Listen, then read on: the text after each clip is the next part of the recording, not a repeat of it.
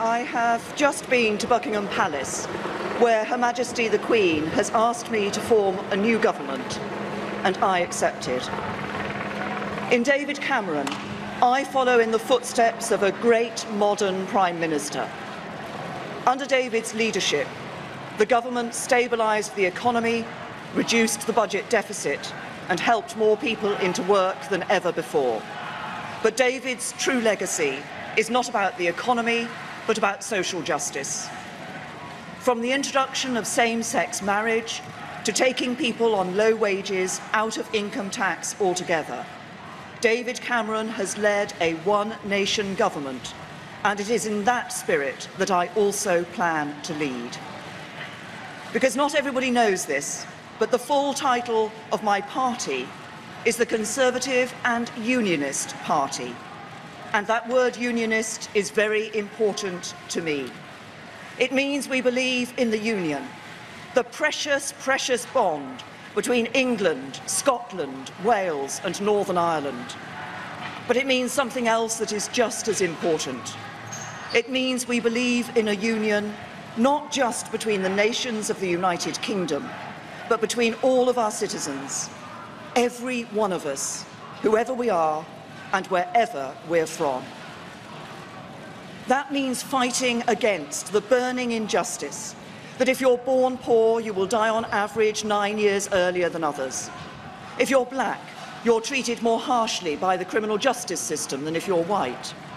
If you're a white working-class boy, you're less likely than anybody else in Britain to go to university. If you're at a state school, you're less likely to reach the top professions than if you're educated privately.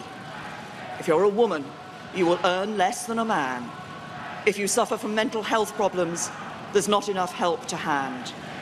If you're young, you'll find it harder than ever before to own your own home.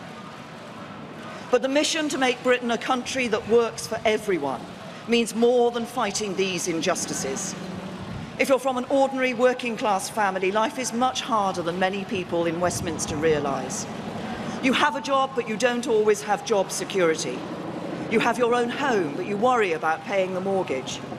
You can just about manage, but you worry about the cost of living and getting your kids into a good school.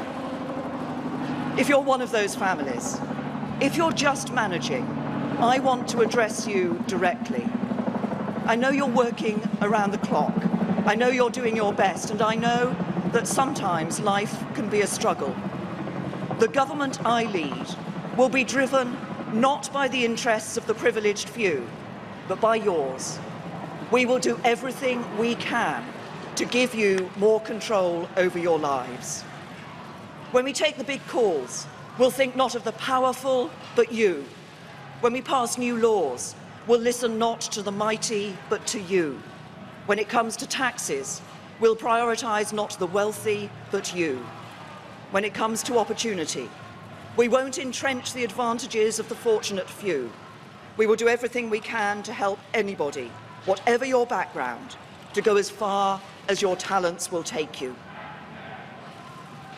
We are living through an important moment in our country's history.